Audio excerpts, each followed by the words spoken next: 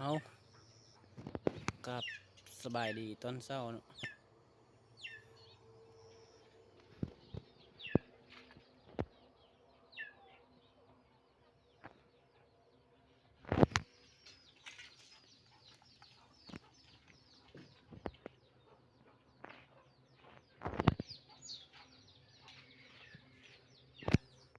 เอากับทักทายสบายดีเลยกับสวัสดีมือเพื่อนวัดสกูสุกคนวันนี้เราไปเลาะหายิงเนาะหากกมังไฮนะทุกคนเอาบันนี้ก็กับสบายดีอีกเทือนงเนาะตอนนี้ก็มาฮอดบังไฮแล้วมอนบังไฮแล้วล่ะนี่ซุ่มยิงอยู่นี่นะทุกคนนี่บังไฮกำลังสิเบิดนะทุกคนซุ่มยิงอยู่นี่เนาะ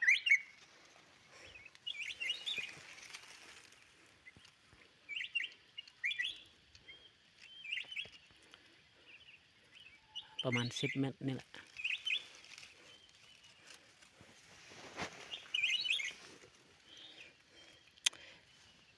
จังได้ก็ลุ้นกันนะทุกคนว่าสิได้จักโตนะ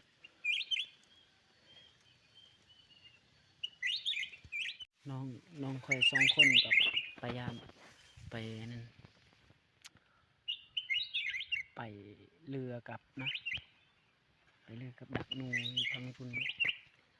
เดี๋ยวพุ่นเที่ยวภูเท่านั้นแหละนั่นเขาไปเรือกับทางพุ่นนะทุกคนน้องคอย2 คนไปเรือกับทางพุ่น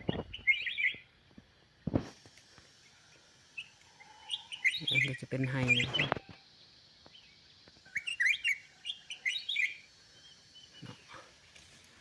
จังได้ก็ทารุ่นนำกันไม่ใช่ได้จักโตใช่ได้จักแต้มนะ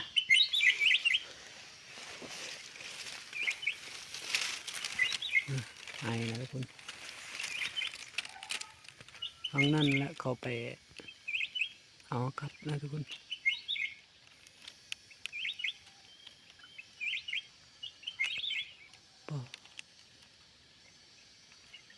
นั่นก็จะเป็นบอนนั้นก็จะเป็นสวนกล้วยข่อยนะไฟไหม้หมดแล้วบ่ได้ขายเลยไหม้หมดแล้ว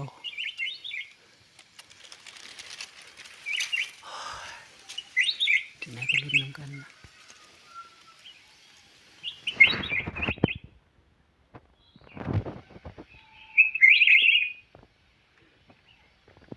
ให้กำลังสุกพอดี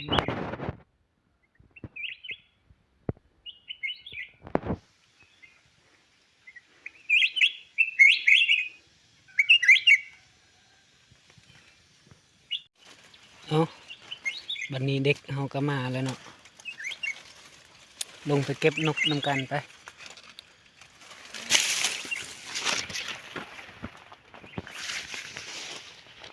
โอ้นกบินหลายเติบนี่มันเป็นสั้นนะทุกคนตัวนี้เนาะสั้นลงเก็บนกน้ำกันไปลุ้นกันว่าสิได้จักโตนะทุกคน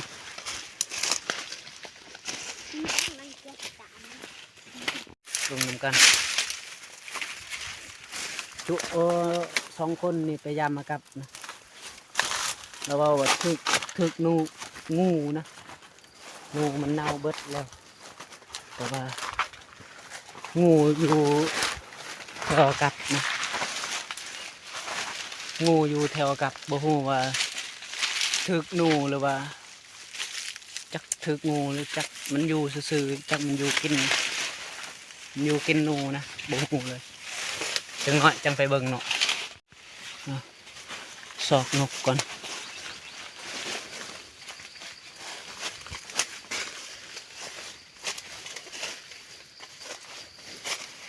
นี่ ซอกนกก่อนนะคุณ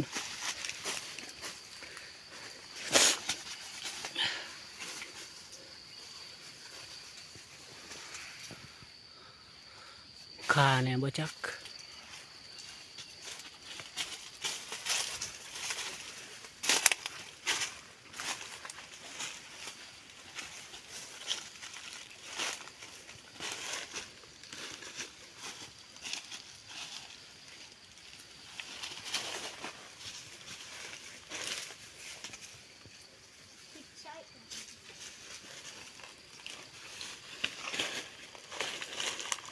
นี่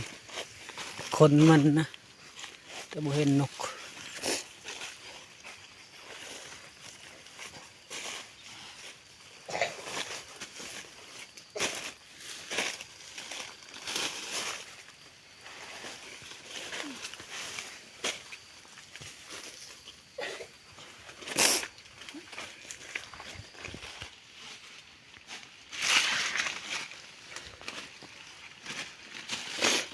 แอมคาเนี่ยบ่จัก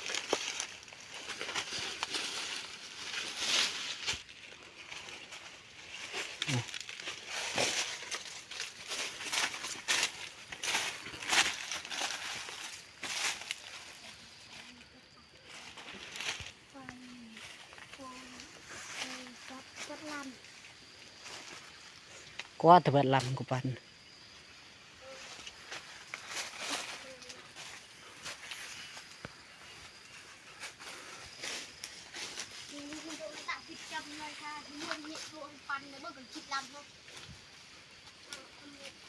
เจอเตี้ยจำเลย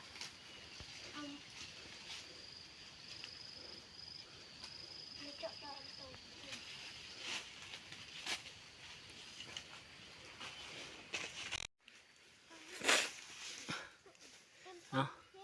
ขึ้นไปเบิ่งตัวงูถึกกับดักก่อน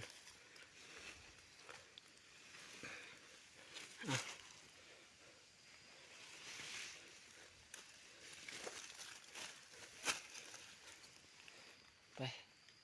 ขึ้นไป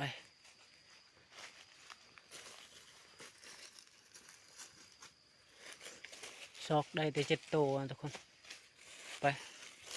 ขึ้นบัดนี้เดี๋ยวไปเบิ่งงูก่อนนะงูถูกดักมาทุกคน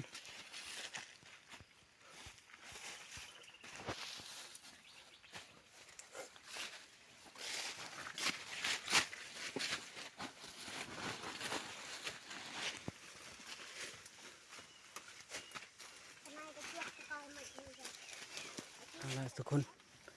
ตอนนี้ก็มาฮอดบอลงูแล้วนะนี่บ่ฮู้ว่ามันถึกอากับหรือว่ามันมากินหนูนะเบิ่งก่อนเนี่ยเรียบนะ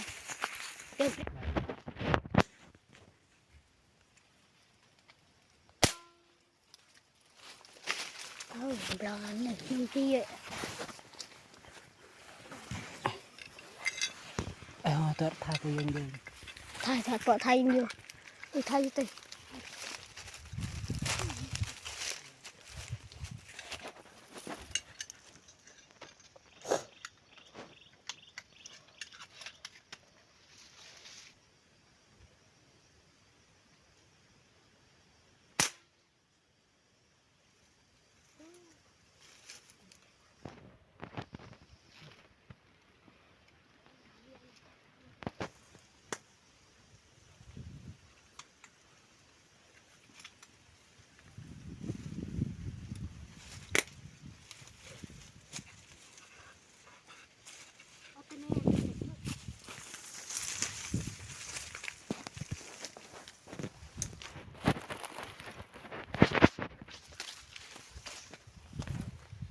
นี่ทุกคนโอ้เป็นงูยังนะ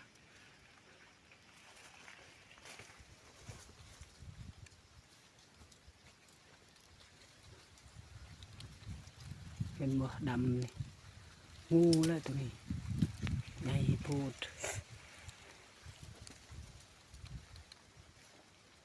ดำนะทุกคน ตัวดำงูแหละ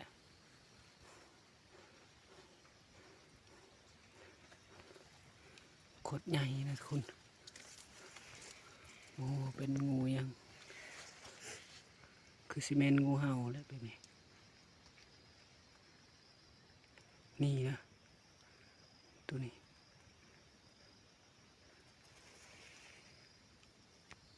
เห็นไหมทุกคนเห็นว่าดำงูเลยตัวนี้ดำนี่นะดำเหลื่อม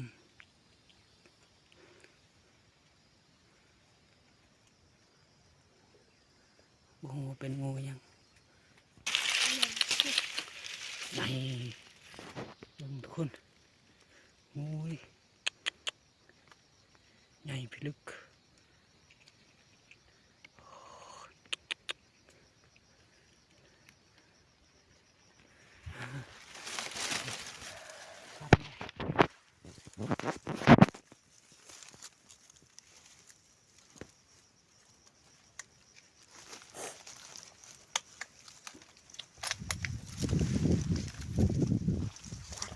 Giờ mình pan cho nên cho pan nâng thì pan cho nên có chết ấp đó.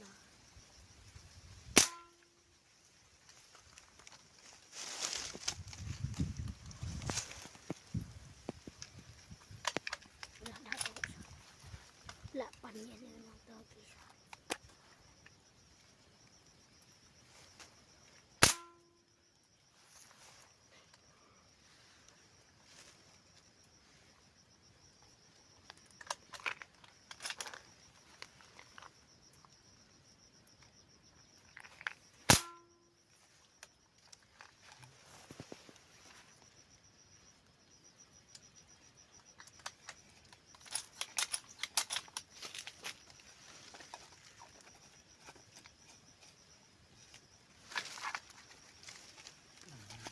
Đây à? Này, nghe đâu?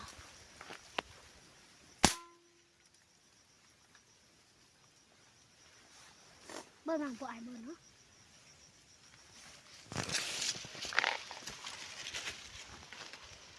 Ở từ này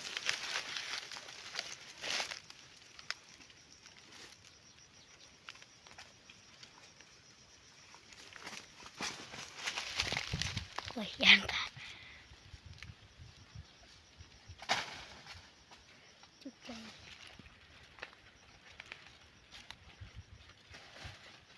chút cây chờ nó giảm phát không có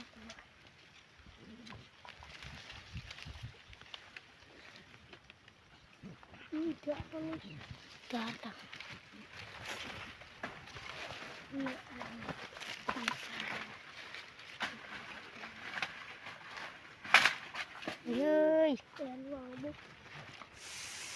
มึงงูใหญ่แท้ใหญ่ว่าพี่น้องเอ้ยเป็นตาย่านแท้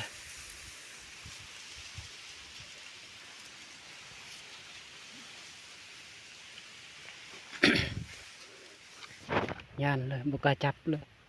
เอาไม้มาดึงตอนนี้ก็สิได้กลับแล้วนะทุกคนย่านเนี่ยเห็นงูเลยย่านนะทุกคนทำบิดว่าสิดักยิงนกอยู่นั่นแหละแต่ว่าพองูแล้วย่านแล้ว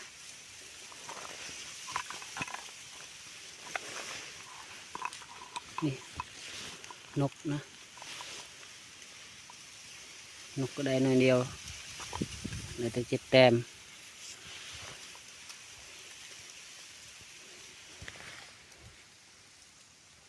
วันนี้ก็จะได้เมื่อแล้วนะทุกคน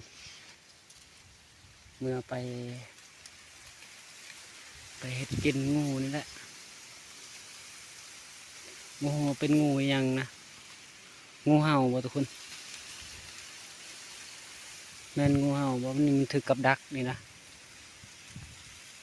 ถึกกับดักนี่นะทุกคน นี่ก็คือกับดักที่ว่าถืองูนะทุกคน เบื่อ มัน พัก มันพันใบตอง แกบ่ได้จุดงูตัดหัวแล้วนะ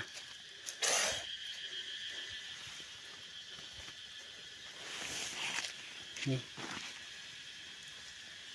กัดงู เบื่ออ่างช่วยอ่างนะ อ่ะบันนี้ก็จะได้กลับแล้วนะทุกคนนี่ใส่งูใส่กระสอบนี่เนาะใส่เกาะกระสัง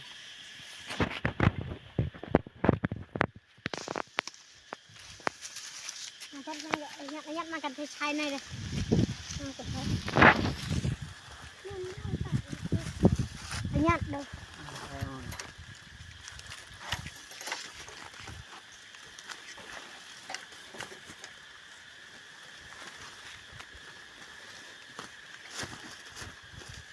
เต็มหนึ่งกระสอบเลยทุกคนมันหนักได้5 โลประมาณ5 โลนี่แหละ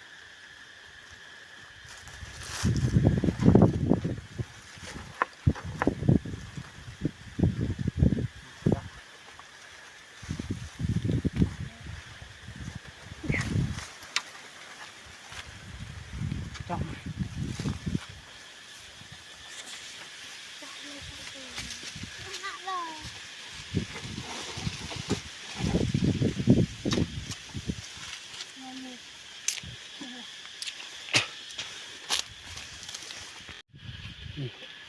โอ้โหเขาก็ฟังไว้นะคุณ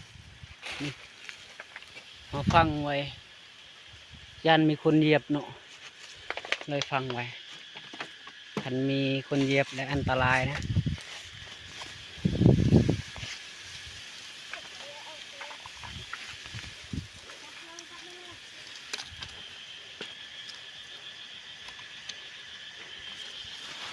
ไปแบบนี้ก็จะได้เมื่อแล้ว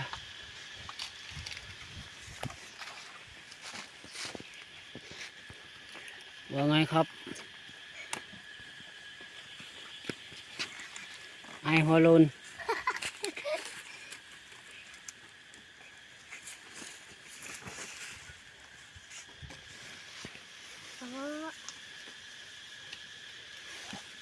ไปเมื่อกัน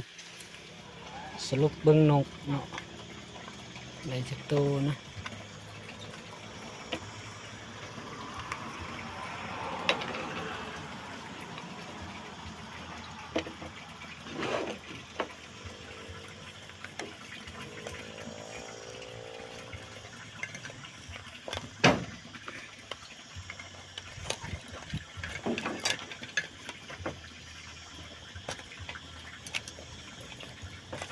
สั่งมาเป็นแชร์เลยเดี๋ยว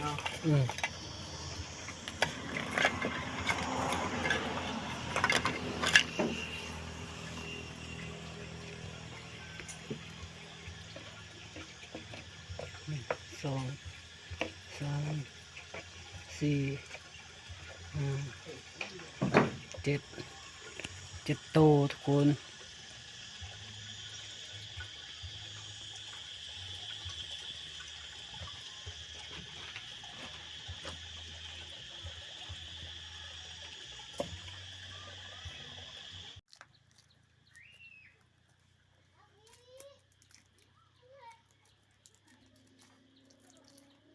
โอเคนะทุกคนตอนนี้ก็สุกเป็นที่เรียบร้อยแล้วนะมากับเศษบาวยุ่งเนาะนี่ตาให้เย็นกันนะเราจึงกินตาให้เย็น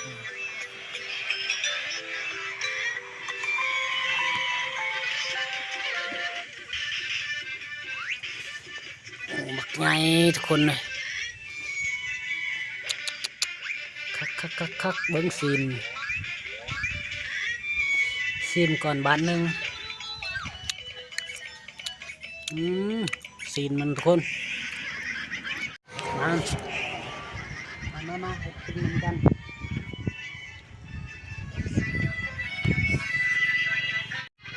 เอาแจกเลยบัดนี้เอาทาย เดียวเลย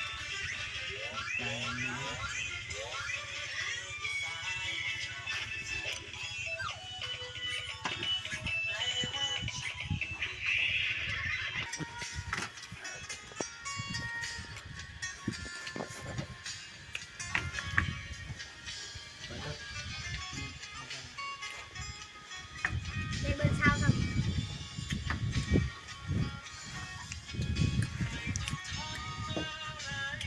30กินบัดนี้อ่ะกินให้อิ่ม ก็เล่นแล้วแหละ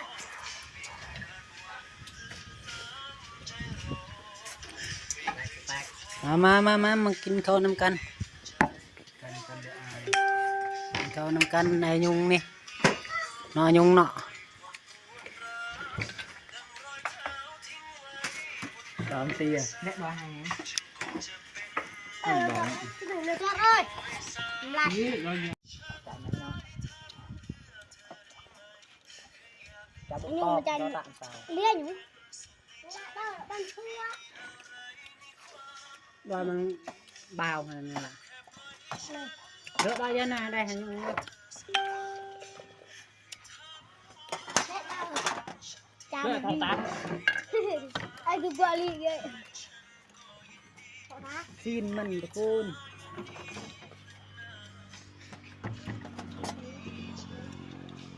ซีนมันใช้ซีนครับมันจะจัดได้ดังเลยนะ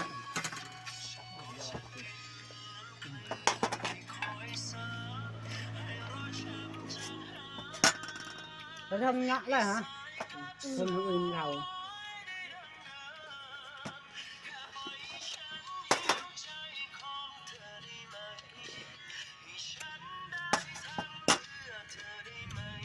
มองจอกลางไหนวะ thì nó còn thì con nó em không còn เอาล่ะสำหรับคลิปนี้ก็จบเพียงเท่านี้นะทุกคนถ้าชอบใจก็อย่าลืมกดไลค์กดซับสไครต์เพื่อเป็นกำลังใจให้เราเฮ็ดคลิปอีกต่อไปนะทุกคนบ๊ายบายคลิป